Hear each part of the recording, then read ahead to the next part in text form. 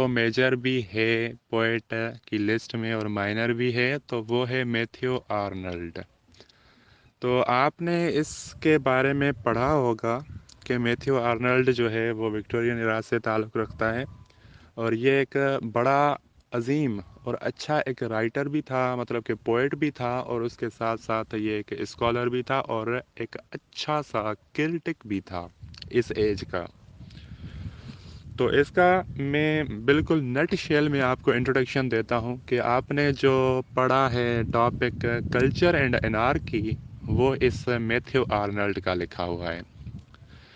ये जो था एक बहुत अच्छी सोच का बंदा था, क्रिटिक था, और बहुत अच्छा एक राइटर भी था, पोएट था।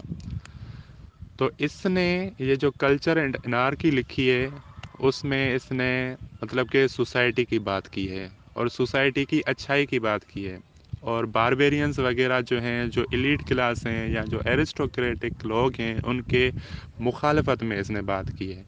तो ये इसको एक और भी टाइटल दिया जाता है कि ये एडवोकेट ऑफ एजुकेशन है। तो इसका बहुत बड़ा किरदार है, रोल है एजुकेशन के हवाले से। ये किसी दौर में, अपने दौर में, मतलब कि एक जगह पर ये इंस्पेक्टर रहा था एजुकेशन के। कुछ स्कूल्स वगैरह जो थे उनके उनके ऊपर ये इंस्पेक्टर इसको मुकर्रर किया गया था।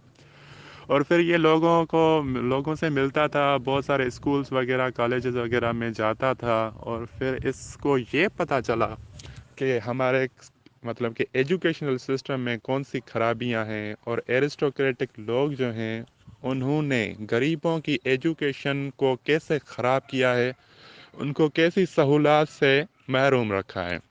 तो ये इसने बहुत सारे यूनिवर्सिटीज़ वगैरह घूम कर ये अंदाज़ा लगाया। फिर इसने बहुत सारी मतलब कि अच्छाइयाँ जो हैं वो लाई हैं education system of Victorian era में।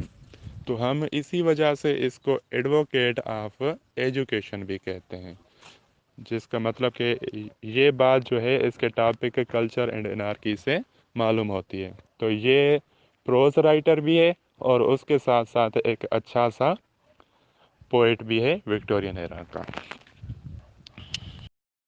दोस्तों, अगर आपने हमारे चैनल को अभी तक सब्सक्राइब नहीं किया तो जल्दी से सब्सक्राइब के बटन पर क्लिक करें और साथ ही बेल आइकन को भी क्लिक करें ताकि हमारी आने वाली सारी अपडेट्स आप तक पहुंचती रहे। शुक्रिया।